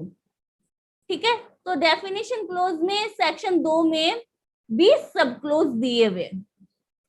तो पहला सब क्लोज ये है कि संहिता के अंतर्गत नियम आते हैं। तो एक मैं यहाँ बताना चाहती हूँ कि संहिता क्या होती है, कोड क्यों बनाए, सिविल प्रोसीजर कोड क्या है। कोड का मतलब ऐसा है कि जो संहिता 1908 से पहले, सबसे पहले जो बनी थी सीपीसी, वो 1859 में बनी थी। उससे पहले सिविल प्रक्रिया से संबंधित यानी सिविल न्यायालयों में जो रूल रेगुलेशन काम में आते थे वो अलग अलग जगह बिखरे हुए पड़े थे, तो कोड या संहिता का मतलब ये है कि उन सब सिविल विधियों, उन सब नियमों को एक जगह समेकित कर दिया गया, एक जगह एकत्रित कर दिया, ये होती है संहिता। तो सिविल प्रक्रिया संहिता का मेन जो ऑब्जेक्ट है, जो काम है, वो क्या है? सिविल प्रक्रिया से संबंधित सिविल विधियों का समेकन करना, यानी इधर उधर है तो बिखरी हुई है तो उनको एक साथ में समेकित करना और उनमें संशोधन से संबंधित कार्य है। ठीक है, तो सीपीसी में क्या आता है? सीपीसी में सिविल प्रक्रिया संहिता में संहिता के अंतर्गत नियम भी आते हैं। नियम का मतलब जो ऑर्डर्स, 51 ऑर्डर दिए हुए हैं, उन ऑर्डर में जो नियम बनाए गए हैं उन नियमों को भी संहिता में शामिल माना गया। सिर्फ 158 सेक्शन ही शामिल नहीं है संहिता कोड में, बल्कि जो 51 ऑर्डर दिए गए हैं उन 51 ऑर्डर में जो नियम हैं वो भी कोड या संहिता में शामिल है। इसके साथ में ही सेक्शन 2 के सब क्लोज 18 में नियम को डिफाइन किया गया है, यानी जो सीपीसी के सेक्शन 122 और सीपीसी के ही सेक्शन 125 में अगर हाईकोर्ट के द्वारा कोई नियम बनाया जाता है तो वो नियम भी इस नियम के अंतर्गत आता है, और नियम के अंतर्गत आने के कारण वो संहिता में इंक्लूड माना जाता है। लेकिन प्रेसिडेंसी हाईकोर्ट के द्वारा जो रूल रेगुलेशन, जो नियम बनाए जाते हैं वो संहिता में शामिल नहीं माने गए हैं। नेक्स्ट डेफिनेशन अपन पढ़ते हैं डिक्री की। डिक्री क्या है उसको डिफाइन किया है सेक्शन 2 के सब क्लोज 2 में, डिक्री को डिफाइन किया गया है। डिक्री क्या है? ऐसे न्याय निर्णय की प्रारूपिक अभिव्यक्ति है। यानी इस डेफिनेशन को पढ़ने से पहले हम क्या देखते हैं कि डिक्री के आवश्यक एलिमेंट क्या है, आवश्यक तत्व क्या है। तो सबसे पहले शब्द क्या आया है? डिक्री। डिक्री क्या होती है? डिग्री न्यायालय के द्वारा दी जाती है, डिग्री न्यायालय के द्वारा दी जाती, यानी अगर किसी न्यायालय के द्वारा कोई निर्णय दिया जाता है और उस निर्णय के अकॉर्डिंग डिग्री तैयार की जाती है तो वो डिग्री होती है। अगर किसी ट्रिब्यूनल के द्वारा कोई निर्णय दिया जाता है, कोई आदेश दिया जाता है, वो डिग्री शब्द में शामिल नहीं है। जैसे रेलवे अधिकरणों द्वारा या श्रम जो अधिकरण है या जो किराया ट्रिब्यूनल्स हैं उनके द्वारा अगर कोई निर्णय दिया जाता है वो डिग्री शब्द में शामिल नहीं होता। यानी डिग्री सबसे पहले किसके द्वारा पारित की गई होनी चाहिए? न्यायालय के द्वारा पारित की गई होनी चाहिए। सेकंड, इसमें आवश्यक तत्व आता है डिग्री का कि डिग्री वाद में जारी होती है, डिग्री वाद में जारी है। अब वाद स्टार्ट कैसे किया जाता है? वाद हमने देखा सेक्शन 26 में, वाद पत्र फाइल 2 कॉपी में वाद पत्र फाइल करके वाद स्टार्ट किया जाता है। वाद में 2 पक्षकार होते हैं, वादी और प्रतिवादी। इसमें एक केस आया 1935 का केस है प्रीवी काउंसिल का, जिसमें हंसराज वर्सेस इसमें देहरादून है, देहरादून मसूरी इलेक्ट्रॉनिक्स का केस है, जिसमें कहा गया कि डिग्री हमेशा ही वाद में ही पारित की जाती है। अन्य कोई एप्लीकेशन के द्वारा अगर कोई कार्रवाई, सिविल कार्रवाई स्टार्ट की जाती है तो उसमें डिग्री नहीं आती। लेकिन आज की परिस्थितियों में 1935 का प्रीवी काउंसिल का ये जो डिसीजन है हंसराज वर्सेस देहरादून मसूरी वाला, ये सही नहीं लगता। आज हम देखते हैं कई ऐसी विधिक कार्रवाइयां हैं जो एप्लीकेशन से स्टार्ट की जाती है। जैसे भारतीय उत्तराधिकार अधिनियम में प्रोबेट से संबंधित जो भी कार्रवाइयां होती है उसके लिए एप्लीकेशन से कार्रवाई स्टार्ट की जाती है। नेक्स्ट जो पॉइंट आता है वो आता है कि डिग्री क्या है? डिग्री वाद में विवादग्रस्त विषयों के संबंध में पक्षकारों के अधिकारों को या तो पूर्ण रूप से डिसाइड कर देती है या कुछ रूप से अवधारित करती है। यानी कोई भी न्यायालय द्वारा जब निर्णय दिया जाता है तो पक्षकार के अधिकार डिसाइड होंगे, पक्षकारों जो जिनसे संबंधित विवाद हैं उनसे संबंधित उन विवादों पे पक्षकार के अधिकार डिसाइड होंगे, तभी वो डिग्री शब्द में आता है, नहीं तो वो डिग्री शब्द में नहीं आता है। एग्जाम्पल, मान लो ए और बी किसी एक लैंड के लिए कब्जे से संबंधित वाद करते हैं। ए वाद करता है, न्यायालय में वाद फाइल करता है कि अमुक जमीन मेरी है, इस पे कब्जा मेरा होना चाहिए, और बी कहता है अमुक जमीन मेरी है। दोनों वादी और प्रतिवादी हैं। न्यायालय क्या डिसाइड करता है? अगर न्यायालय ये डिसाइड कर देता है कि हाँ ये अमुक जमीन ए की है या बी की है, तो क्या हुआ? वो निर्णय के डिग्री शब्द में शामिल हो जाएगा। अगर न्यायालय ये तय नहीं कर पाता कि कौन से पक्षकार के, न्यायालय सिर्फ क्या उनको मेंस प्रॉफिट का या कोई अन्य रिसीवर अपॉइंट करने का या कोई भी ऑर्डर दे देता है जो उनके अधिकार डिसाइड नहीं करता, तो वो क्या है? वो नहीं माना जाएगा, डिग्री शब्द में इंक्लूड नहीं होगा। नेक्स्ट जो आवश्यक तत्व आता है डिग्री का वो होता है कि न्यायालय के द्वारा जो अवधारण किया जा रहा है, जो डिटर्मिनेशन किया जा रहा है, वो निश्चित होना चाहिए, निश्चायक होना चाहिए। यानी कोई भी न्यायालय जो वाद को सुन रहा है, जो वाद को डिसाइड कर रहा है, उसके द्वारा दिया गया निर्णय अंतिम होना चाहिए। अगर न्यायालय क्या करता है, मामला रेफर कर देता है अपने लोअर कोर्ट को, तो मामला निश्चायक नहीं है, जो डिसीजन हुआ वो अंतिम नहीं माना जाएगा, अंतिम रूप से डिसीजन नहीं माना जाएगा। तो न्यायालय द्वारा अपनी कैपेसिटी में, यानी जितनी सक्षमता उसकी है, उस सक्षमता के भीतर वो अंतिम रूप से उस वाद का अंतिम रूप से निश्चायक अवधारण कर दे। अगर कोई पक्षकार उसके निर्णय से संतुष्ट नहीं है तो दोबारा वो उसी कोर्ट में आएगा तो न्यायालय नहीं सुनेगा, कह देगा मैं तो अंतिम रूप से डिसाइड कर चुका हूं, अगर आप इससे संतुष्ट नहीं हैं तो आप इसके विरुद्ध अपील कर सकते हैं, इसके विरुद्ध अपील कर सकते हैं। नेक्स्ट जो पॉइंट आ रहा है वो ये आ रहा है कि न्याय निर्णय की औपचारिक अभिव्यक्ति होनी चाहिए।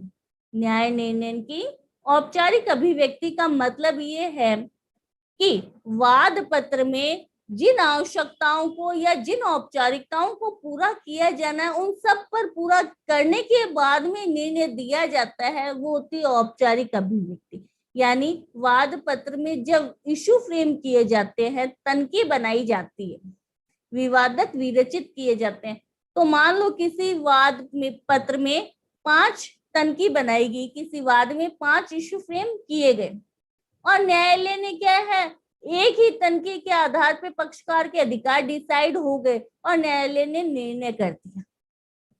तो ऐसा निर्णय डिग्री शब्द में नहीं आएगा, नहीं आएगा। क्यों नहीं आएगा?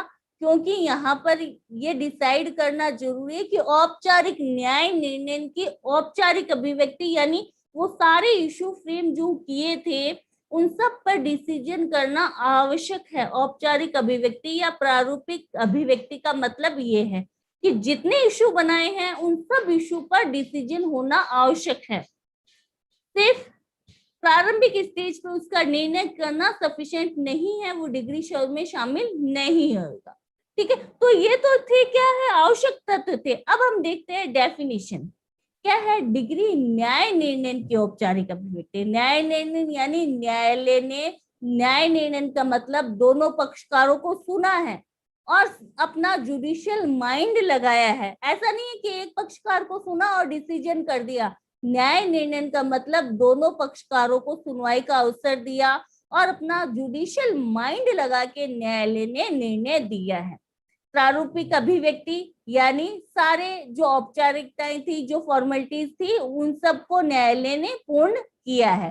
नेक्स्ट है कि अभिव्यक्त करने वाले न्यायालय से संबंधित, यानी जो न्यायालय डिसीजन कर रहा है वो विवादग्रस्त विषयों के संबंध में पक्षकारों के सभी अधिकार या किन्हीं अधिकारों पर निश्चयक अवधारण करेगा। डिटर्मिनेशन है वो फाइनल करेगा। ऐसा नहीं कि अधिकार डिसाइड नहीं हुए और वो डिग्री आ गई तो वो डिग्री शब्द में शामिल नहीं होगा। तो ये तो थे डिग्री के आवश्यक तत्व। अब हम देखते हैं डिग्री के प्रकार। डिग्री या तो क्या है, प्रारंभिक हो सकती है या अंतिम हो सकती है, डेफिनेशन में लिखा है। तो डिग्री डेफिनेशन के अकॉर्डिंग तो क्या लिख दिया कि डिग्री 2 प्रकार की होती है, लेकिन डिग्री को हम 3 प्रकार की मानते हैं। स्पष्टीकरण में बताया है कि डिग्री प्रारंभिक कब होती है। डिग्री प्रारंभिक तब होती है जब आगे निर्णय दिया न्यायालय ने, लेकिन उससे आगे कार्रवाई करना शेष है, अभी भी कार्रवाई होना उसमें और भी शेष है, तो वो होती है प्रारंभिक डिग्री। तो प्रारंभिक डिग्री कहाँ पर जारी की जाती है सिविल प्रक्रिया संहिता में? तो ऑर्डर 20 में, ऑर्डर 20 का रूल 12 से लेके रूल 18 तक प्रारंभिक डिग्री आती है। यानी जो क्या है, पूर्वबंध से संबंधित मामले हैं, हक शुफा से संबंधित मामले हैं, प्रशासन से संबंधित मामले हैं, इन मामलों में जो मेंस प्रॉफिट से संबंधित मामले हैं, इन मामलों में प्रारंभिक डिग्री आती है। और ऐसे ही ऑर्डर 34 जो बंधक के, मॉर्गेज के पूर्वबंध और मोचन से संबंधित जो मामले हैं वहां पर भी प्रारंभिक डिग्री आती है। तो ऑर्डर 20 में और ऑर्डर 34 में 2 जगह प्रारंभिक डिग्री का बताया गया है। दूसरी कौन सी होती है डिग्री? अंतिम हो सकती है। यानी अंतिम डिग्री कौन सी होती है? ऐसी डिग्री जिसमें न्यायालय ने अपना निर्णय दिया और न्याय निर्णय करने के लिए आगे कोई कार्रवाई करना शेष नहीं रहा, यानी न्यायालय ने फाइनल डिसीजन कर दिया, वो होती है अंतिम डिग्री, जहां पर पक्षकारों के अधिकार डिसाइड कर दिए जाते हैं।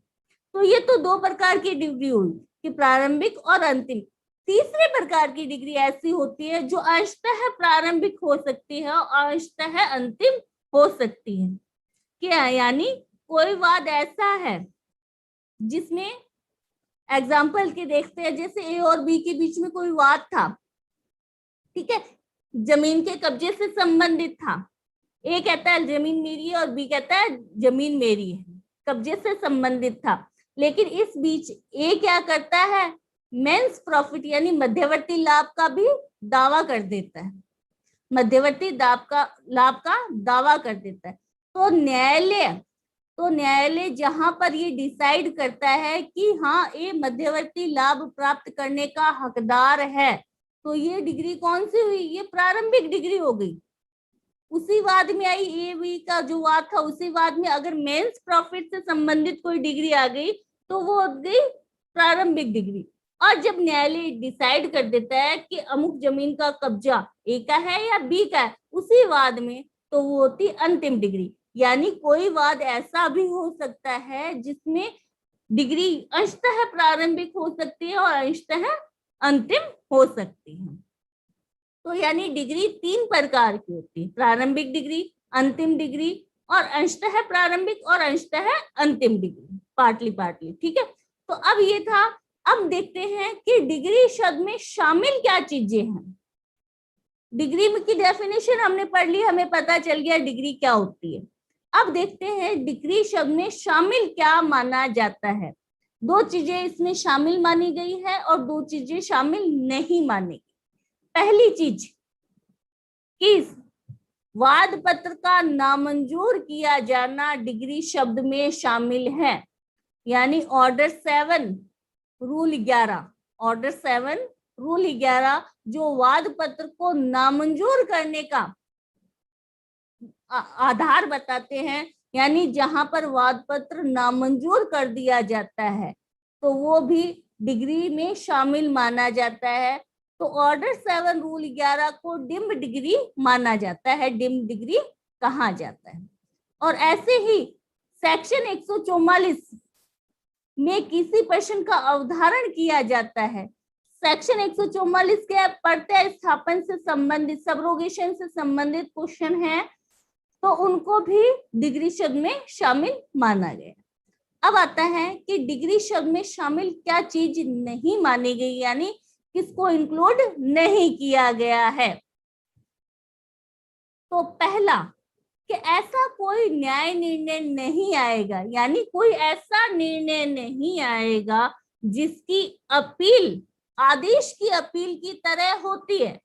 यानी ऐसा कोई निर्णय जिसकी अपील अगर आदेशों की अपील की तरह होती है तो वो आदेश या वो निर्णय डिग्री में शामिल नहीं होगा। क्यों नहीं होगा? क्योंकि वो तो आदेश हो गया, जिसकी अपील आदेशों की अपील की भांति होती है। यानी जिसकी ऐसा कोई निर्णय जो आदेश की अपील की तरह होती है उसकी अपील, तो वो निर्णय वो जो आदेश है वो डिग्री शब्द में शामिल नहीं आएगा। और दूसरा कि डिफॉल्टर यानी जो गलती कर रहा है, जो व्यतिक्रम कर रहा है और अपनी ही व्यतिक्रम या डिफॉल्ट के कारण कोई वाद खारिज कर दिया जाता है, तो वाद खारिज करने का जो आदेश है, मैं शब्द बोल रही हूँ आदेश है, वाद खारिज करने का जो आदेश है वो आदेश डिग्री शब्द में शामिल नहीं है। ठीक है, तो आई होप आपको डिग्री शब्द की जो डेफिनेशन है वो अच्छे से समझ में आ गई होगी। नेक्स्ट अपन देखते हैं कि डिग्रीदार किसे कहते हैं। सेक्शन 2 का सब क्लोज 3, डिग्रीदार ऐसा व्यक्ति है जिसके पक्ष में कोई डिग्री पारित कर दी गई है या निष्पादन योग्य कोई आदेश दे दिया, यानी उसका नाम वाद के अभिलेख पे दर्ज होना भी आवश्यक नहीं है। कोई भी व्यक्ति डिग्रीदार हो सकता है जिसके फेवर में डिग्री आ गई है या जिसके विरुद्ध डिग्री, जिसके फेवर में निष्पादन योग्य कोई आदेश आ गया है। यानी जैसे ए और बी के बीच में वाद था, ठीक है, वाद चल रहा था, और ए क्या है, वाद का नाम, वाद के अभिलेख पे तो नाम किसका दर्ज है, ए का है, लेकिन ए के जो एलआर हैं, जो विधिक प्रतिनिधि होंगे ए के, वो भी तो उस डिग्री को, अगर ए के फेवर में डिग्री आती है, ए के एलआर उस डिग्री का निष्पादन करवा सकते हैं, तो वो भी क्या माने जाएंगे, वो भी डिग्री होल्डर माने जाएंगे, डिग्रीदार माने जाएंगे।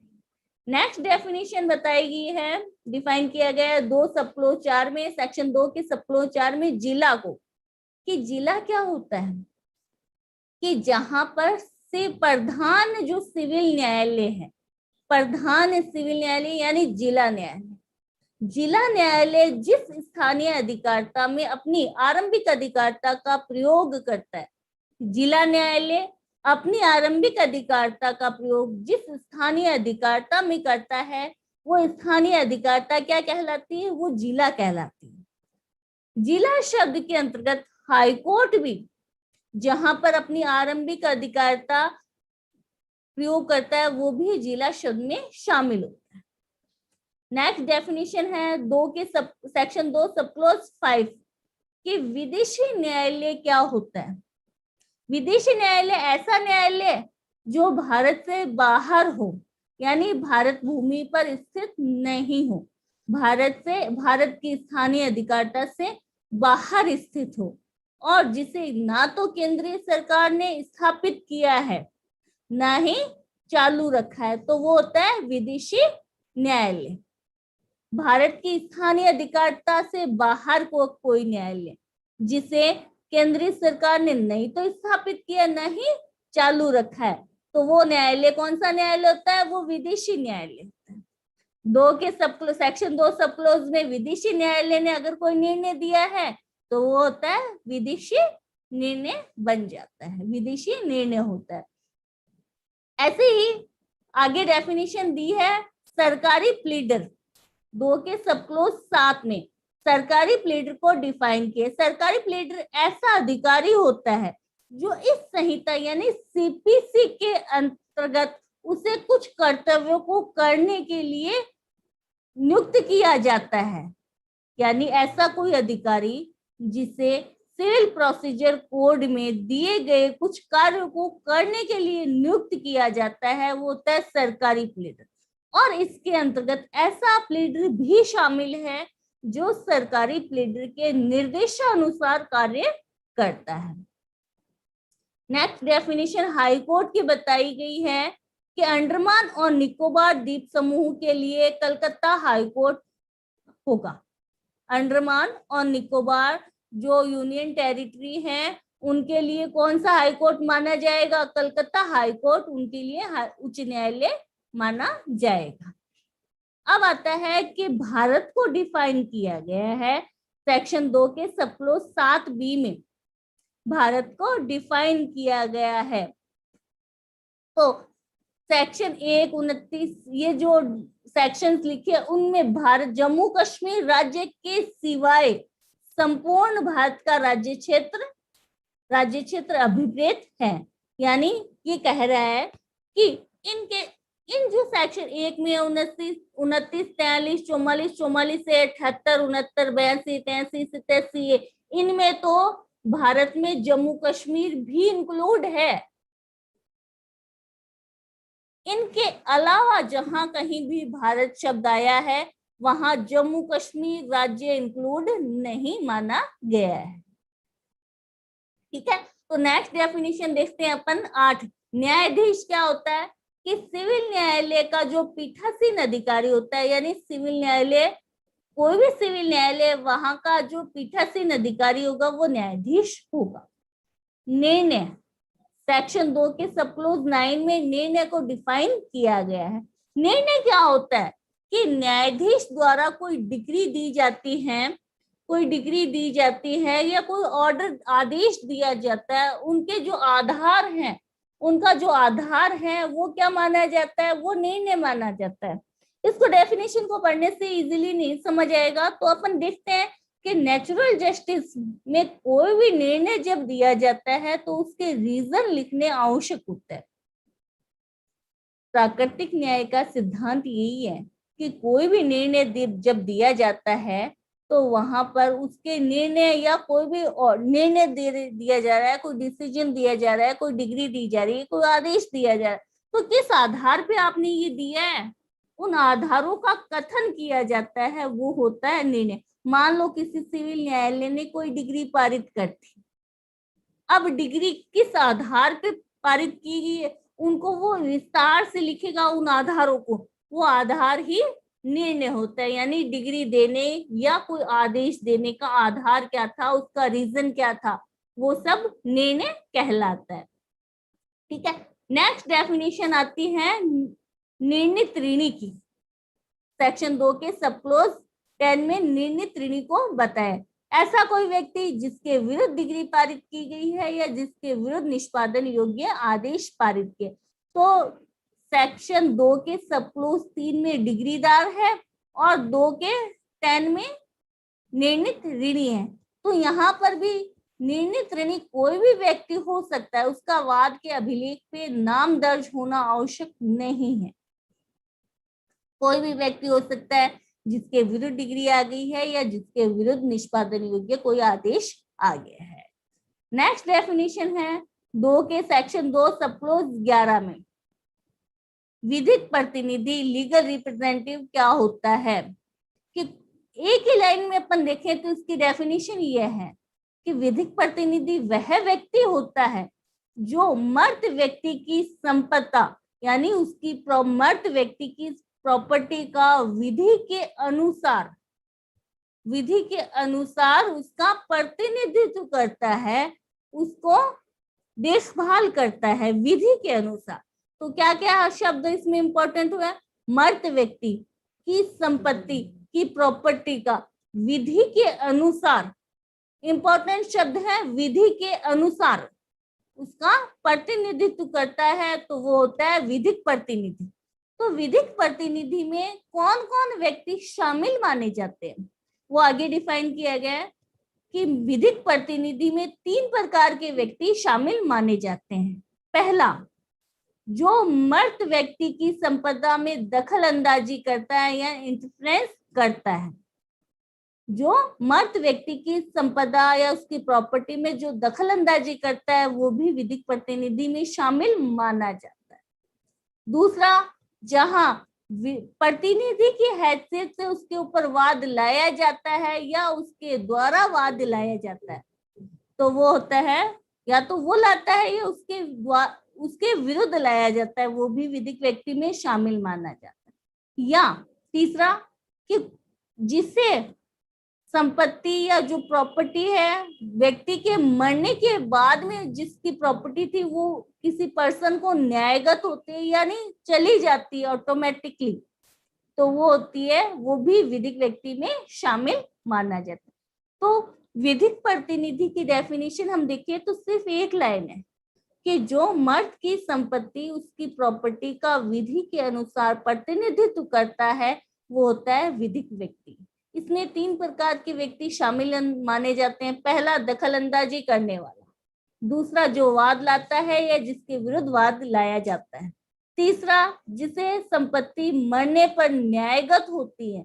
तो ये तीनों ही प्रकार के व्यक्ति विधिक प्रतिनिधि में शामिल माने जाते हैं। नेक्स्ट डेफिनेशन देखते हैं हम, मेंस प्रॉफिट या अंतःकालीन लाभ क्या होते हैं। अंतःकालीन लाभ क्या होते हैं, तो ऐसे लाभों पर ब्याज सहित लाभ है जो संपत्ति पर सदोष कब्जा रखने वाले व्यक्ति को वस्तुतः प्राप्त होते हैं या जिन्हें वो मामूली तत्परता से प्राप्त कर सकता है। तो डेफिनेशन से समझ में नहीं आता है कि क्या है मेंस प्रॉफिट या मध्यवर्ती लाभ या अंतःकालीन लाभ क्या होता है। इसको आसानी से समझने के लिए क्या एग्जाम्पल से समझते हैं अपन। जैसे एक ही जमीन है या कोई खेत है, मान लो ए का कोई खेत है, बी क्या करता है उस पे कब्जा कर लेता है, सदोष उस पे कब्जा कर लेता है, तो ए को क्या हो गया, हानि होगी। तो वो कब्जा अपना प्रॉपर्टी अपने खेत का कब्जा वापस लेने के लिए वाद तो करता ही करता है, साथ साथ में मेंस प्रॉफिट यानी मध्यवर्ती लाभ या अंतःकालीन लाभ के लिए भी आवेदन करता है न्यायालय में। तो न्यायालय क्या करता है, फिर गणना करता है कि भाई ए को कितना मध्यवर्ती लाभ या मेंस प्रॉफिट कितना दिलाया जाए। तो वो गणना कैसे की जाएगी वो देखते हैं कि ए की जमीन थी और बी ने 5 साल तक उस पर अवैध रूप से सदोष कब्जा जमाए रखा, तो 5 साल में कितनी हानि हो गई है को। पहली कि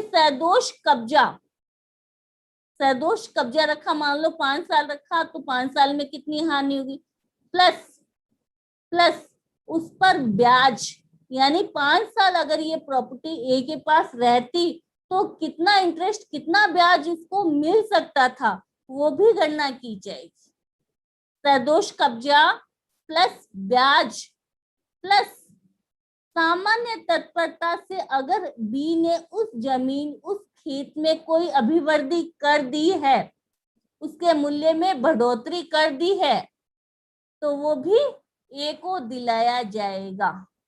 क्या क्या चीजें, कौन कौन सी प्लस आएगी, सदोष कब्जा प्लस ब्याज प्लस सामान्य तत्परता से अगर उस बी ने जो सदोष कब्जाधारी था उसने उस भूमि मूल्य में कोई वृद्धि कर दी, अभिवृद्धि कर दी, तो वो सारे के सारे लाभ ए को दिलाए जाएंगे।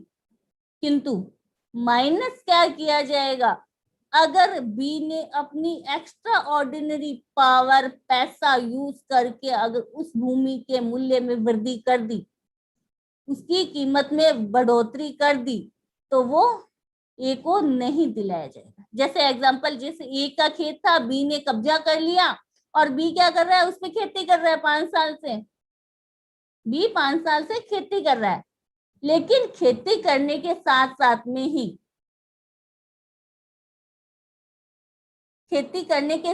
ही वो वहां पे 4 दीवारी कर देता है या कुआं खुदवा लेता है। बी 4 दीवारी कर देता है या कुआं खुदवा लेता है, ट्यूबवेल खुदवा लेता है, जो एक्स्ट्रा पैसे लगा के उसने खुदवा लिया। तो जब मेंस प्रॉफिट ए को जब मध्यवर्ती लाभ दिया जाएगा तो न्यायालय क्या क्या देगा, एक तो सदोष कब्जा उसने 5 साल रखा है, कितना वो ए कमा सकता था वो देगा, साथ में उतना कितना ब्याज मिल सकता था ए को वो देगा, साथ में ही बी ने जो भूमि पर फसल उगाई 5 साल तक कृषि की, खेती की, उतना वो खेती तो ए भी कर सकता था, ए के पास वो जमीन रहती तो जो भी लाभ हुआ बी को 5 सालों में खेती करने से, वो सारा का सारा लाभ की गणना मध्यवर्ती लाभ में की जाएगी। लेकिन कौन सा लाभ नहीं जोड़ा जाएगा कि बी ने जो एक्स्ट्रा ऑर्डिनरी पावर, पैसा लगा के उस संपत्ति के मूल्य में अभिवृद्धि की, यानी कुआं खुदवाया या जो 4 दीवारी लगवाने से, मान लो ट्यूबवेल खुदवा लिया उसने और 5 साल से वो ट्यूबवेल से खेती कर रहा था, तो जो एक्स्ट्रा पैसे लगा के उसने एक्स्ट्रा जो खेती हुई है वो पैसे या वो राशि ए को नहीं दिलाई जाएगी। ठीक है, तो इसको मध्यवर्ती लाभ को अपन ये एक सूत्र के हिसाब से याद करें तो इजीली हो जाता है। सदोष कब्जा प्लस ब्याज प्लस सामान्य तत्परता से की गई अभिवृद्धि माइनस अभिवृद्धि यानी एक्स्ट्रा ऑर्डिनरी, उसने पैसे लगाए, श्रम किया, कुछ भी किया और मूल्य बढ़ा दिया, तो वो इसमें शामिल नहीं हो, बराबर आ जाता है मेंस प्रॉफिट लाभ या मध्यवर्ती लाभ। नेक्स्ट डेफिनेशन है सेक्शन 2 के सब क्लोज 13 में, जंगम संपत्ति किसे कहते हैं। तो जंगम संपत्ति में उगती हुई फसलें आती है, सिर्फ एक ही शब्द याद रखना है कि उगती हुई फसलें आती हैं। अब आता है ऑर्डर, डेफिनेशन दी है 2 के सब क्लोज 14 में, आदेश को डिफाइन किया गया ऑर्डर को। ऑर्डर क्या होता है कि सिविल न्यायालय के निर्णय की प्रारूपिक अभिव्यक्ति, सिविल न्यायालय के निर्णय की प्रारूपिक अभिव्यक्ति है निर्णय, और वहां डिक्री शब्द में क्या पढ़ा था, न्याय निर्णय, यहाँ सिर्फ विनिश्चय पढ़ रहे हैं, वहां न्याय निर्णय, यानी वहां पर दोनों पक्षकारों को सुना और अपना जुडिशियल माइंड लगा के न्यायालय ने डिग्री दी थी। लेकिन जो ऑर्डर दिया जाता है, जो आदेश दिया जाता है, वो सिर्फ विनिश्चय, न्यायालय एक पक्षकार को सुन के कर सकता है, कोई जरूरी नहीं है न्यायालय अपना जुडिशियल माइंड अप्लाई करे। न्यायालय सिर्फ ऐसे ही आदेश दे सकता है कि प्रारूपिक अभिव्यक्ति, यानी वहां पे वो ऑर्डर दे दिया जाता है, जो डिग्री शब्द में शामिल नहीं है वो आदेश होते, यानी एक वाद में जो डिग्री नहीं है और जो ऑर्डर्स दिए जाते हैं वो आदेश हैं, जो सिर्फ क्या प्रारूपिक अभिव्यक्ति मानी जाती है। नेक्स्ट ऐसे ही देखते हैं हम, टाइम नहीं हुआ अभी, थोड़ा सा और डिफाइन कर देती हूँ मैं आगे कि डिग्री और आदेश में क्या क्या अंतर क्या है वो हम अपन यहीं देख लेते हैं। डिग्री क्या होती है? डिग्री न्याय निर्णय की औपचारिक अभिव्यक्ति, यानी जहां पर न्यायालय ने अपना जुडिशियल माइंड यूज किया और डिसीजन दिया, औपचारिक अभिव्यक्ति। और आदेश क्या है? सिर्फ आदेश क्या है? निश्चय की प्रारूप, यानी निर्णय की औपचारिक अभिव्यक्ति है, ना कि न्याय निर्णय, सिर्फ निर्णय की। नेक्स्ट अंतर आता है कि एक वाद में डिग्री सिर्फ या तो प्रारंभिक हो सकती है या अंतिम हो सकती है। एक वाद में डिग्री या तो प्रारंभिक हो सकती है या अंतिम, यानी दो ही प्रकार की डिग्री हो सकती है। ऑर्डर एक वाद में कई हो सकते हैं, 5 भी आ सकते हैं, 10 भी आ सकते हैं, 15 भी आ सकते हैं। नेक्स्ट अंतर आता है कि हर डिग्री की फर्स्ट अपील होती है। जो आरंभिक अधिकारिता वाले न्यायालय ने निर्णय सुनाया और उस निर्णय में के अकॉर्डिंग डिग्री आ गई, तो हर डिग्री की अपील होती है, यानी डिग्री की फर्स्ट अपील होती है सभी डिग्री की। चाहे किसी भी सिविल न्यायालय ने दिया है तो डिग्री की प्रथम अपील होती है। हर आदेश की फर्स्ट अपील नहीं होती। सेक्शन 104 में और 103, सेक्शन 103 में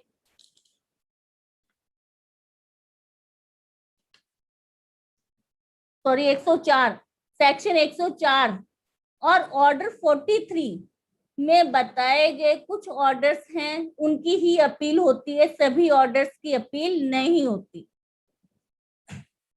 डिग्री की सेकंड अपील भी हो सकती है। कब होती है? जब विधि का कोई पर्सन है तो डिग्री की सेकंड अपील भी की जा सकती है, लेकिन ऑर्डर की सेकंड अपील कभी नहीं होती।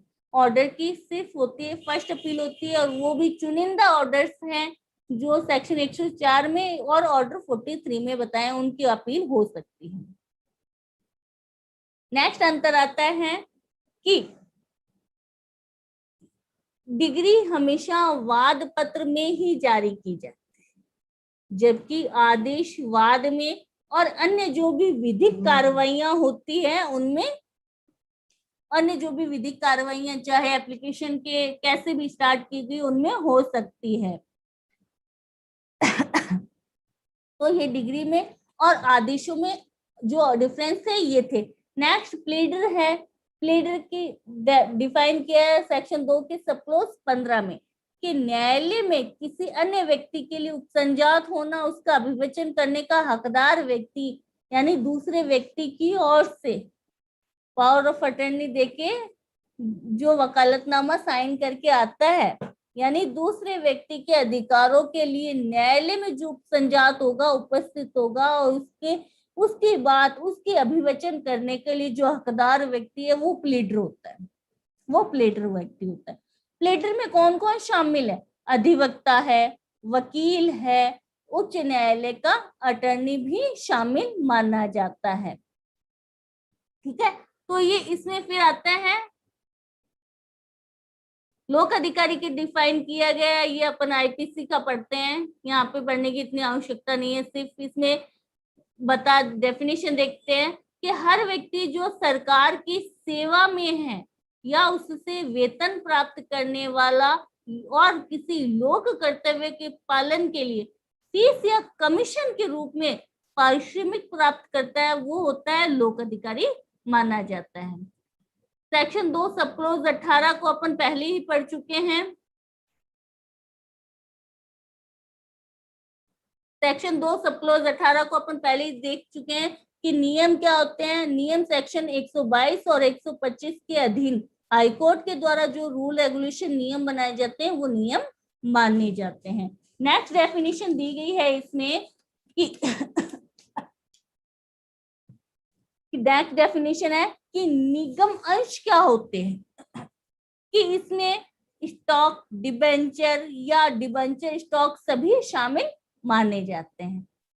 लास्ट डेफिनेशन है 2 के सेक्शन 2 के सब क्लॉज 20 में दी गई है, जिसमें बताया गया है कि डिग्री या कोई भी निर्णय या कोई भी डिग्री आती है तो उसमें जो हस्ताक्षर होता है वो ओरिजिनल होना चाहिए। निर्णय या डिग्री के अलावा कोई भी चीज है तो उसमें हस्ताक्षर के जगह स्टाम्प लगा दिया जाता है, स्टाम्पित कर दिया जाता है, तो वो हस्ताक्षर में शामिल इंक्लूड माना जाता है। तो ये तो था सेक्शन 2 में सब क्लॉज 20 हमने डेफिनेशन पढ़ी है। उसमें अगर उसमें कोई दिक्कत आ रही है तो आप प्लीज कमेंट करके क्वेश्चन पूछ सकते हैं, हम क्वेश्चन नोट कर लेंगे आपके। कल क्लास अपन पढ़ेंगे सेक्शन 9 कि सिविल न्यायालय की क्या अधिकारिता होती है, उसका जुडिक्शन क्या क्या होता है, सिविल न्यायालय कौन से वाद सुनते हैं। Thank you ma'am for your nice lecture, nice and commendable lecture. सभी छात्रों की तरफ से मैं आपका बहुत बहुत धन्यवाद करती हूँ मैम। हाँ, बच्चों के कमेंट्स भी आ रहे हैं और बच्चों ने क्वेश्चंस भी पूछे हैं जिसको मैंने नोट कर लिया है। हम अगला सेशन रखेंगे तब हम आपको इनवाइट करेंगे। और आज आपने मैम सीपीसी के इवैल्यूएशन के बारे में कि कैसे इसका इवोल्यूशन हुआ, सीपीसी में amendments, introduction and necessity of CPC के साथ ही सिविल प्रक्रिया संहिता की धारा 2 में जो इसकी इंपॉर्टेंट सारी जो परिभाषाएं दी गई है लाइक डिक्री एंड ऑर्डर आदि, और इनमें जो डिफरेंस है वो आपने बहुत अच्छे से समझाया मैम, बच्चों को काफी अच्छे से समझ में आया। मेरे पास मैसेजेस भी आ रहे हैं बच्चों के। Thank you so much ma'am. अगले लेक्चर में हम मिलते हैं। Thank you ma'am. Thank you ma'am. Thank you, ma'am.